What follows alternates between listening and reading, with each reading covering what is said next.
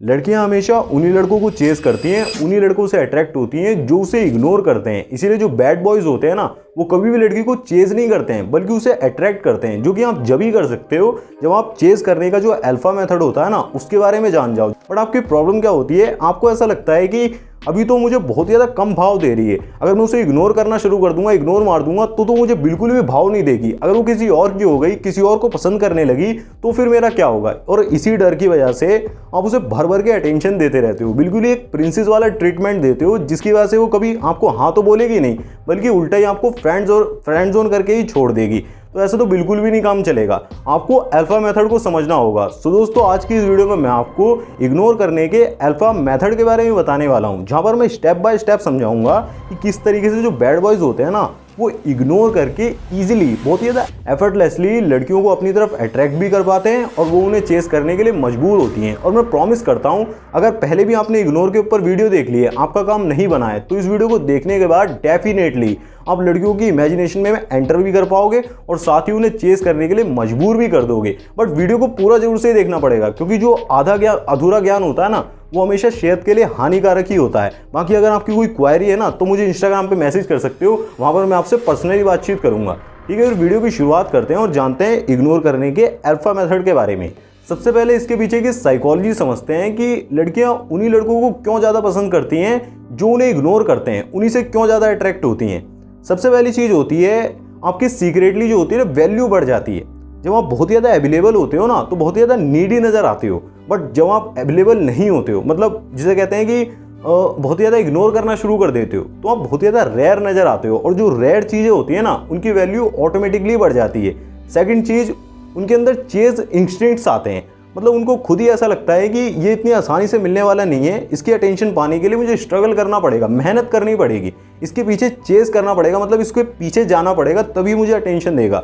फिर वो मेकअप करेंगी, अच्छे ड्रेस पहनेंगी, अच्छे तरीके से आपको लुभाने की कोशिश करेंगी।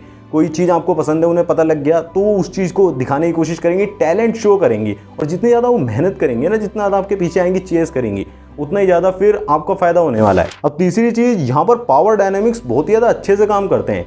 सिंपल सी चीज़ समझो, जो लड़का इतनी जल्दी अपनी अटेंशन किसी को नहीं देता है ना, मतलब सबके साथ बहुत ज़्यादा घुल मिल नहीं जाता है, तो उसका इंप्रेशन लोगों के दिमाग में कुछ ऐसा बनता है कि इसके पास और भी ऑप्शंस हैं।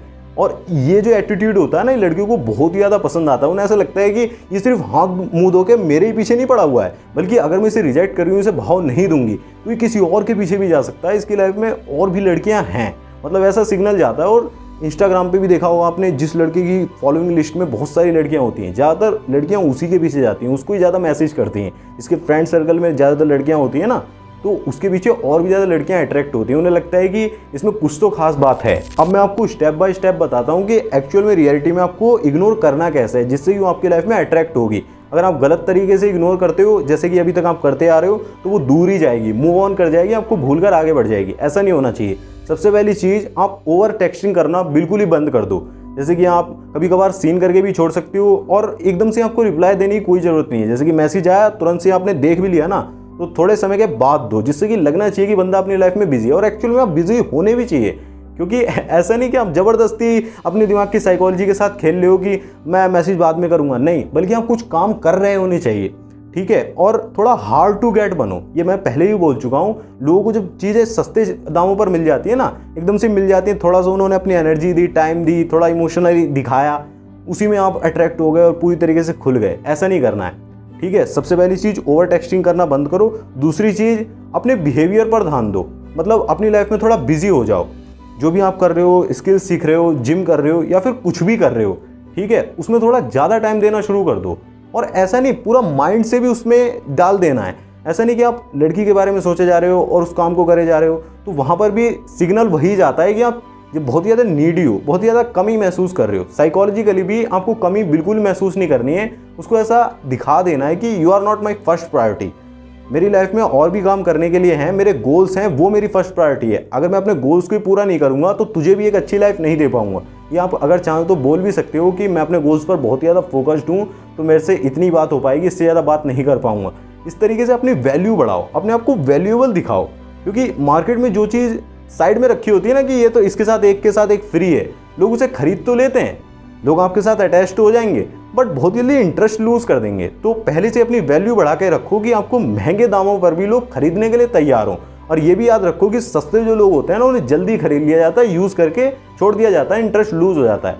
और जो महंगे लोग होते हैं जिनकी वैल्यू बहुत ही ज़्यादा होती है, उनको खरीदने के लिए हर किसी में दम नहीं होता है। उनको खरीदने के लिए, उनके साथ रिलेशनशिप में आने के लिए बहुत ही टाइम देना पड़ता है, और जो कि हर किसी के बस की होता नहीं है। तो अपनी वैल्यू को बढ़ाओ। थर्ड स्टेप होगा फ्लर्ट देन पुल बैक। आपको क्या करना है, कभी कभी तो बहुत ही ज़्यादा फ्लर्टी हो जाना है, कभी कभी बिल्कुल ही कोल्ड हो जाना है, जिसे कहते हैं ना इमोशनल रोलर कोस्टर पर लेकर जाना है कि एकदम से बहुत ही ज़्यादा अचानक से बहुत ही ज़्यादा अच्छे से बात कर रहे थे, एक दो दिन तक नॉर्मली गैप मार दिया या फिर नॉर्मली बात करी, जैसे ऐसे दिखाया कि हाँ मतलब नॉर्मली है, जैसे कहते हैं फ्रेंड्स हैं, ऐसा करके दिखाना है। फोर्थ स्टेप होगा डोंट ऑलवेज इनिशिएट। हर बार आपको कोई कॉन्वर्सेशन स्टार्ट करने की बिल्कुल भी जरूरत नहीं है। अगर उसका सामने से मैसेज नहीं आ रहा है ना, आप 2-3 दिन से लगातार बात करे जा रहे हो, उसका मैसेज कभी भी नहीं आ रहा है, तो आपको उसके मैसेज का वेट करना चाहिए। लास्ट कॉन्वर्सेशन आपने खत्म कर दी थी, 2-3 बार आप कर रहे हो, उसके बाद आपको वेट भी करना चाहिए। ऐसा नहीं हर बार ही लगे पड़े हो जबरदस्ती की बात कर लेना, ऐसे भी नहीं करना है। डेस्परेटनेस बिल्कुल भी शो नहीं करनी है। फिफ्थ स्टेप है आपको सोशल प्रूफ क्रिएट करना होगा, यानी कि आप इंस्टाग्राम पे या फिर और व्हाट्सएप वगैरह पे कहीं पर भी स्टेटस स्टोरीज लगा सकते हो कि आप और भी लड़कियों के साथ बाहर घूमने जा रहे हो, या फिर और भी दोस्तों के साथ बहुत ही ज़्यादा खुश हो, अपनी लाइफ में बहुत ज़्यादा हैप्पी हो, और भी बहुत सारे काम है, ये उसी चीज़ में आ जाती है, जिससे कि उसके पास एक सिग्नल जाता है कि माइंड में उसके कहते हैं फोमो टाइप क्रिएट होता है, जिसे कहते हैं ना कि जेलेसी होती है कि अरे ये तो अपनी लाइफ में बहुत ज़्यादा खुश है, इसे तो इतना फ़र्क ही नहीं पड़ता अगर मैं रिप्लाई नहीं दे रही हूँ, सीन करके छोड़ दे रही हूँ, उस बात से भी इतना ज़्यादा फ़र्क नहीं पड़ रहा है। और जब वो किसी और लड़की के साथ आपको देखेगी तो ऑटोमेटिकली जेलेसी क्रिएट होगी, जिसकी वजह से अट्रैक्शन पैदा होगा। और ये अट्रैक्शन का बहुत ही ज़्यादा कमाल का फैक्टर होता है। आज ही मेरी इंस्टाग्राम पर एक भाई से बात हो रही थी, उन्हें मैंने यही एडवाइस दी थी। यहाँ पर अगर आप चाहो तो एक टेक्निक का भी यूज़ कर सकते हो। सिलेक्शन की एक बहुत ज़्यादा कमाल की टेक्निक है, आपने पहले नाम भी सुना होगा, पुश एंड पुल टेक्निक। इसके बारे में अगर आप नहीं जानते हो तो एक बार ध्यान से समझो। पुश का मतलब होता है कि बहुत ही ज़्यादा नियर फील करवाना, कि मैं तुम्हारे पास हूँ, तुम्हारा ही होकर रहूँगा, मतलब तुम्हारे लिए मैं जी रहा हूँ, बिल्कुल इसे ऐसा फील करा देना कि मैं एक परफेक्ट मैच हूँ। बट पुल का मतलब होता है कभी कभार डिस्टेंस भी मेंटेन करके रखना, थोड़ा ऐसा फील कराना कि मैं दूर जा रहा हूँ, तुमसे बोर हो रहा हूँ, तुम्हारे अंदर से इंटरेस्ट लूज कर रहा हूँ, जिससे कि लड़की को ऐसा लगता है कि अगर इसने मुझे रिजेक्ट कर दिया, मुझे छोड़कर चला गया। लड़कियों का क्या होता है, सबसे बड़ा जो डर होता है ना, वो रिजेक्शन का डर होता है। पहले जेलिसी, रिजेक्शन, जेलिसी के बाद अगर रिजेक्शन आ गया कि अरे अगर ये किसी और लड़की के साथ चला गया, मेरे को छोड़ दिया इसने, तो वो और भी ज़्यादा चेस करने के लिए मजबूर होती है। देखो पुश का एग्जाम्पल ये होता है कि तू बहुत ज़्यादा अच्छी लगती है मुझे, बट तू थोड़ी ओवर स्मार्ट भी लगती है। ये होगा पुश का एग्जाम्पल, आप पुश कर रहे हो, रिलेशन में आगे बढ़ रहे हो, ठीक है। पुल का एग्जाम्पल ये होगा, पुल का मतलब होगा खैर आज तू बहुत ही ज़्यादा अच्छे मूड में है, मुझे अच्छा लगा। ये चीज़ें थोड़ी थोड़ी छोटी छोटी चीज़ें होती हैं, बट ये टेक्निक एक्चुअल में वर्क करती है। मैंने भी रियल लाइफ में यूज़ करी है, और काफ़ी सारे आप इंटरनेट पे सर्च करोगे पुश एंड पुल टेक्निक के जो रिसर्च होते हैं ना, ओपेरा पे आपको मिल जाएंगे, तो वो बहुत ही ज़्यादा अच्छे आए हैं, जिसे एक्चुअल में वर्क कर रही है। पुश एंड पुल टेक्निक से आप इजीली किसी भी लड़की के अंदर अट्रैक्शन पैदा कर सकते हो, इंटरेस्ट पैदा कर सकते हो। अब थोड़ा बैड बॉयज़ के बारे में बात करते हैं, जिन्हें लड़कियाँ हमेशा चेस करने के लिए मजबूर होती हैं, बट होते तो ये बहुत ही ज़्यादा रेयर हैं, लेकिन फिर भी अगर ये कहीं भी दिख जाते हैं ना, तो लड़कियां बिल्कुल ही इन्हें देखकर इनसे दूर रह ही नहीं पाती, उन्हें चेस करने के लिए मजबूर होती हैं, उनके पीछे जाती हैं, उनसे अट्रैक्ट हो ही जाती हैं। ऐसी क्या इनके अंदर खास बात होती है जो एक नाइस गाय में नहीं होती है। एक नाइस गाय उसे भर भर के अटेंशन देता है, उसके लिए बिल्कुल एक पप्पी की तरह, जिसे कहते हैं, बिहेव करता है कि जैसे तुम कहोगे वैसे मैं करूँगा, और हर इंसान के साथ अलग ही बिहेवियर शो करता है, जिसे कहते हैं हर इंसान मुझे पसंद करना चाहिए, हर इंसान को मैं अच्छा लगना चाहिए। ये नाइस गाय का होता है, बट फिर भी नाइस गाय को इतना ज़्यादा वो पसंद नहीं करती, एक डोरमैट की तरह यूज़ करती है, यूज़ करके छोड़ देती। हर कोई ऐसा ही करता है। बट ये जो बैड बॉय टाइप लड़के जो होते हैं ना, ये कभी भी दूसरी वैलिडेशन, दूसरे लोगों की वैलिडेशन होती है, लड़कियों की होती है, ये चाहते ही नहीं है। ये सबसे पहली चीज़ यही होती है इनके अंदर, ये एटीट्यूड में रहते हैं, अपनी लाइफ को ऐसे जीते हैं, वॉक ऐसे करते हैं, टॉक ऐसे करते हैं, बातचीत मतलब कुछ भी ऐसे करते हैं कि आई डोंट केयर, मतलब मुझे फ़र्क ही नहीं पड़ता कि आप मुझे मैसेज कर रहे हो, नहीं कर रहे हो, बात कर रहे हो, नहीं कर रहे हो, कोई लड़की मुझे देख रही है, नहीं देख रही है, वो इस चीज़ पे बिल्कुल भी ध्यान नहीं देते हैं, बिल्कुल जिसे कहते हैं अपनी धुन में मस्त रहते हैं, अपने एटीट्यूड में रहते हैं। आपने देखा हो ना, जो हेडफोन्स वगैरह के लड़के रहते हैं, चलते हैं, वॉक करते हैं, वो बैड बॉय टाइप फिगर जो होता है ना, वो क्यूरियोसिटी पैदा करता है। दूसरी चीज़ यही होती है, मिस्ट्री क्रिएट करके चलते हैं, मिस्टीरियस बनकर रहते हैं, कभी भी चीज़ों को खुलकर रिवील करते ही नहीं। इनसे अगर आप पूछते हो ना कि आप क्या कर रहे थे, तो ये बस बोल देते हैं हाँ कुछ कर रहा था, बस उसके आगे इनका कुछ होता ही नहीं है। वो बताते ही नहीं है कभी भी कि मैं क्या कर रहा था। थोड़ा बहुत हिंट भी दे देंगे, कहाँ गया था उसका थोड़ा बहुत बता देंगे, यहाँ।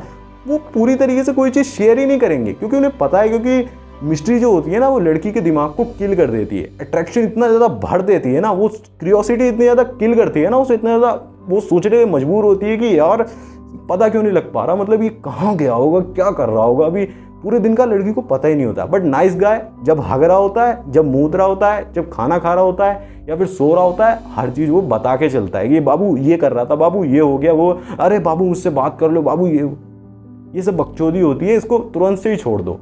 तीसरी चीज़ जो बैड बॉयज़ में होती है, उनकी डोमिनेंट वाइब होती है, मतलब वो हर सिचुएशन को डोमिनेट करते हैं और साथ ही वो टीजिंग करना जानते हैं। मतलब उन्हें ये फ़र्क नहीं पड़ता कि अगर मैं लड़की को थोड़ा सा प्लेफुल हो जाऊंगा, थोड़ा चैलेंज दूंगा, मतलब थोड़ी ऐसी बात बोलूंगा जिससे कि उससे थोड़ा हर्ट भी हो, थोड़ा मस्ती करते हैं। उन्हें डर नहीं लगता कि अगर मैं उसका क्लिप खींच लूंगा, उसके बाल में थोड़ा खेल लूंगा या फिर कुछ भी उसके साथ हरकत करूंगा, मजाक मस्ती करूंगा तो वो रूठ जाएगी। जाना, अगर नहीं रूठ रही है तो जाना भाड़ में, ऐसे वाला जो एटीट्यूड लेकर चलते हैं। और यही लड़की को बहुत ज़्यादा मज़ा आता है, उसको ऐसा लगता है कि यार ये इतना ज़्यादा हार्ड टू गेट कैसे है, इतना ज़्यादा बातों में फंस क्यों नहीं रहा है, इसको इतना ज़्यादा लुक्स भी दिखा रही हूँ, इतना ज़्यादा सब कुछ कर रही हूँ, बट ये मेरे जाल में आ क्यों नहीं रहा है। यही चीज़ उसे बहुत ज़्यादा अट्रैक्ट करती है। चौथी चीज़, ये अपने आप को बहुत ज़्यादा वेल ड्रेसअप करके चलते हैं। मतलब इनके जो ड्रेस पहनने का तरीका होता है बहुत ज़्यादा सिंसियर लगता है, बहुत ज़्यादा मिस्टीरियस लगता है। जैसे कि ब्लैक टी शर्ट हो गई, ब्लैक शर्ट हो गई और आर्म्स हमेशा दिखती रहेंगी और बहुत ही ज़्यादा मिस्टीरियस डार्क टोन वाले कपड़े पहनते हैं। पिछली वीडियो में मैंने आपको बताया था ना, सिंसियर कलर जो होते हैं,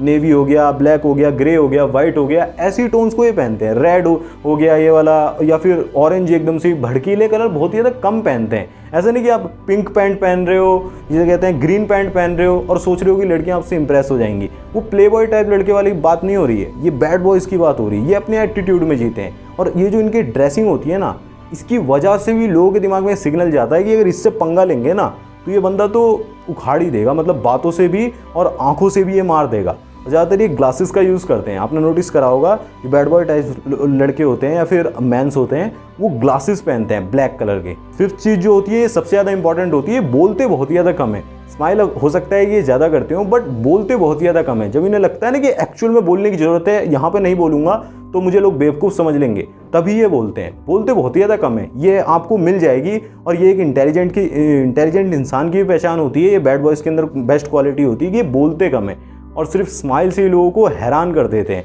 जहाँ पर लोग बहुत ज़्यादा, जैसे कहते हैं एंगर, गुस्सा आने वाली बात होती है या फिर इन्हें बहुत ज़्यादा टीज़ करा जा रहा होता है, इनके ऊपर इमोशंस हावी करने की कोशिश, इनका ट्रिगर करा जा रहा होता है, दबाया जा रहा होता है, इमोशंस पे प्रेस करा जा रहा होता है, तब भी ये जैसे कहते हैं बोलते कम है, अपने आप पे कंट्रोल रखते हैं, नॉन रिएक्टिव होते हैं। पिछली वीडियो में मैंने बताया था ना, ये नॉन रिएक्टिव जो क्वालिटी होती है ये आपको बहुत ज़्यादा मैस्कुलिन बनाती है, बहुत ज़्यादा पावरफुल बनाती है। अगर आपने वो वीडियो नहीं देखी है ना तो यहाँ पे लिंक दे दूंगा, वो एक बार जरूर से ही देख लेना। तो फाइनली कंक्लूजन यही निकल कर आता है कि इग्नोर करने का मतलब होता है रिस्पेक्टफुल डिटैचमेंट।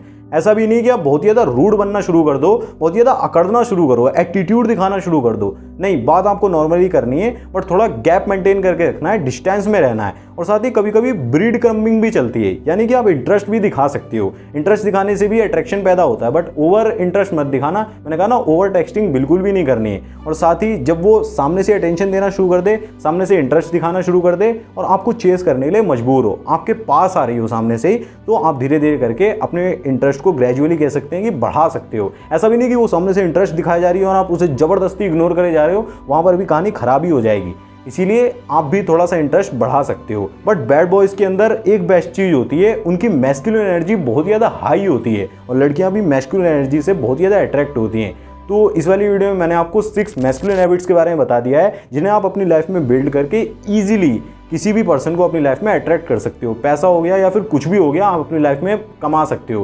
ठीक है, उस वीडियो पे क्लिक करके अभी देख लो, वो आपके लिए बहुत ज़्यादा इंपॉर्टेंट होगी। अगर आपकी कोई क्वायरी है, कोई क्वेश्चन है, जिसे कहते हैं रिलेशनशिप से रिलेटेड, आपकी रिलेशनशिप में कोई प्रॉब्लम चल रही है, तो आप मुझे इंस्टाग्राम पर पूछ सकते हो। उसका लिंक मैं आपको डिस्क्रिप्शन में दे दूंगा।